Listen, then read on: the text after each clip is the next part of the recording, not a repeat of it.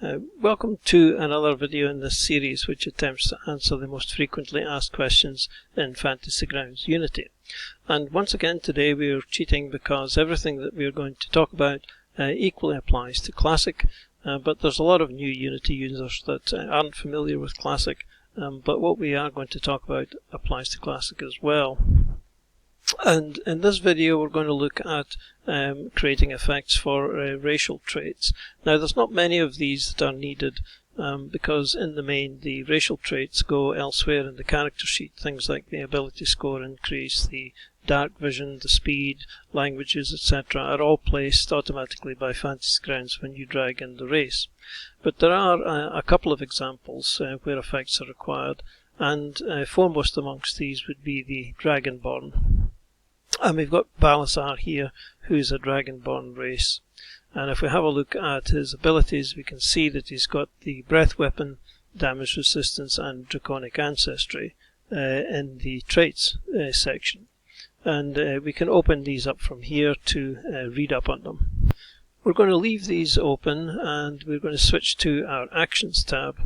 And we're going to drag the Draconic Ancestry into the Actions tab and just drop it in there. And this creates a power group, and if in the right hand box here we type in something like let's say racial traits, and that will create a power group for our racial traits, and we can put these other two into the same group and it keeps everything nice and neat. Now there's no effects for the Draconic Ancestry itself particularly, but what it does do is it gives us a nice link here which the player can then open up and read about it. And what you could do in this left hand box is if the player has decided that they're going to be a black Dragonborn, then you can just edit the right hand box, the left hand box, to indicate which particular Draconic Ancestry has been chosen. So that's really all we need to do with that bit of it. We can now drag in the damage resistance, and again in the right hand box if we click in here and just call it racial traits, and when we tab out of it you can see that it's already putting the this damage resistance into this power group, which is exactly what we want. And again it gives us this nice link here which gives us exactly the information that we need. So in this one, the damage resistance, it tells us that we have resistance to the damage type associated with our Draconic Ancestry. So we chose black, so our damage resistance in this case is acid. So we're going to create an effect here. So we're going to right click over this line. We're going to go to add action and we're going to add effect. This gives us a new line with a magnifying glass at the end which we're going to click on.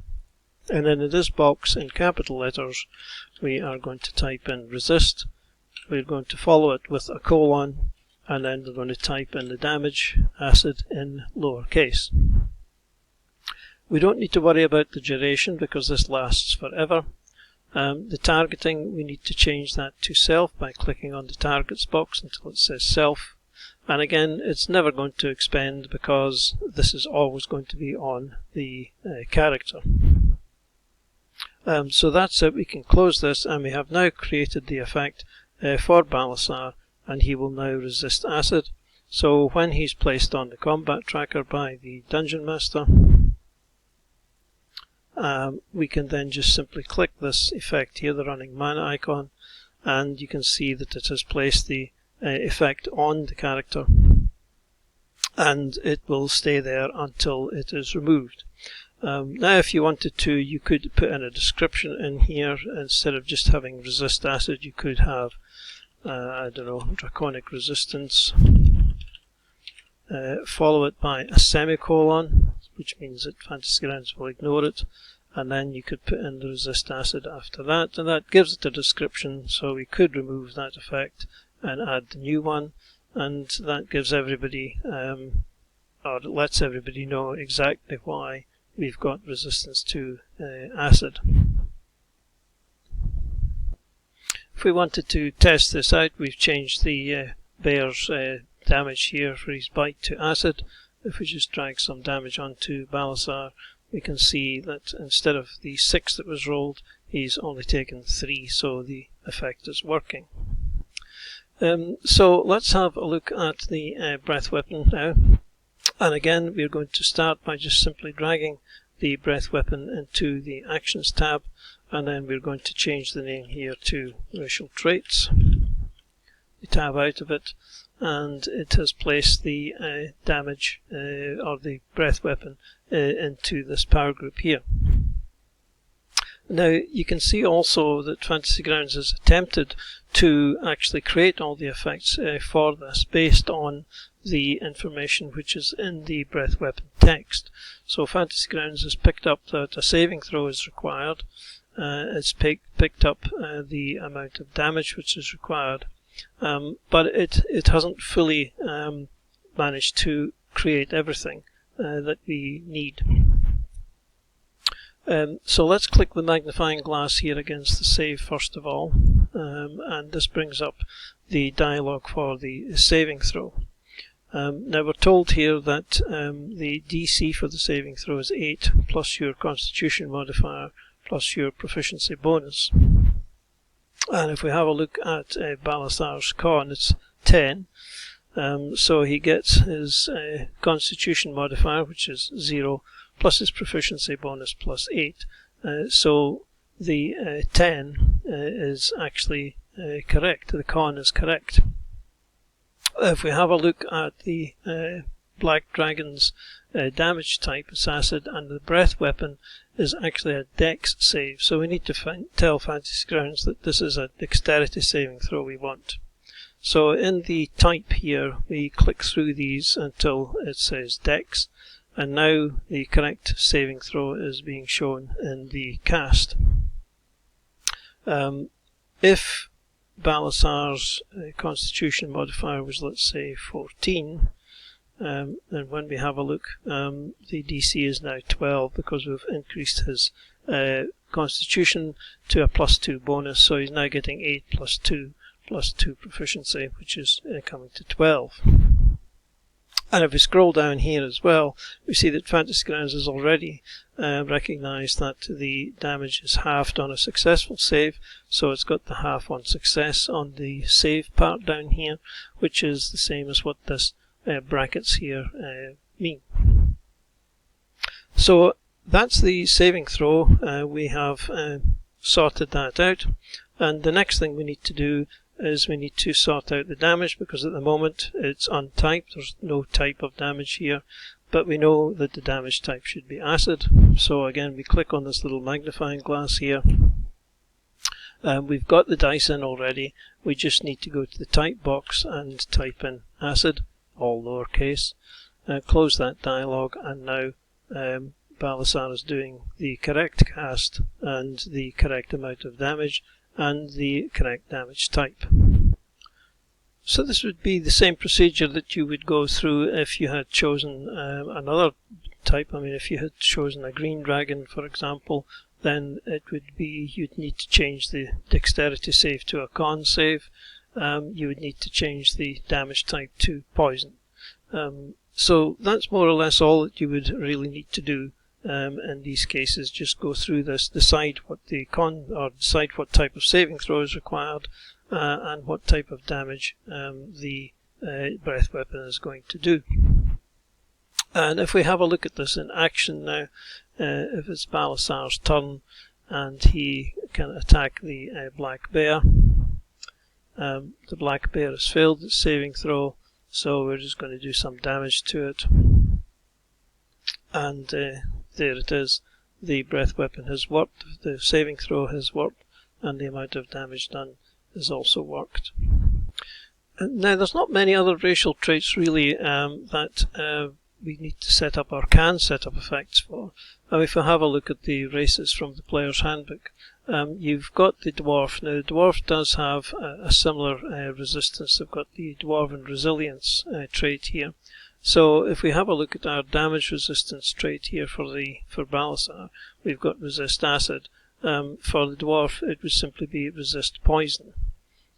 We can't set up an advantage on a saving throw against poison because poison is a condition.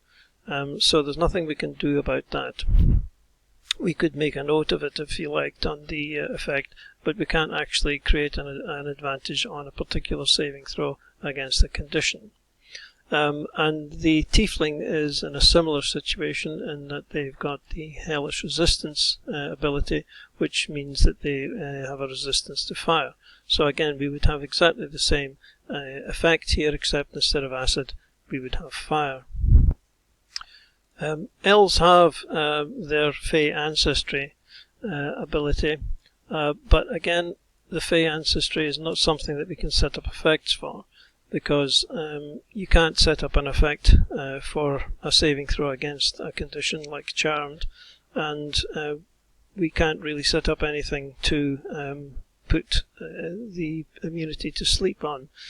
Sleep is not a condition which is recognised by the 5e rule set, so there's nothing that we can really do about that.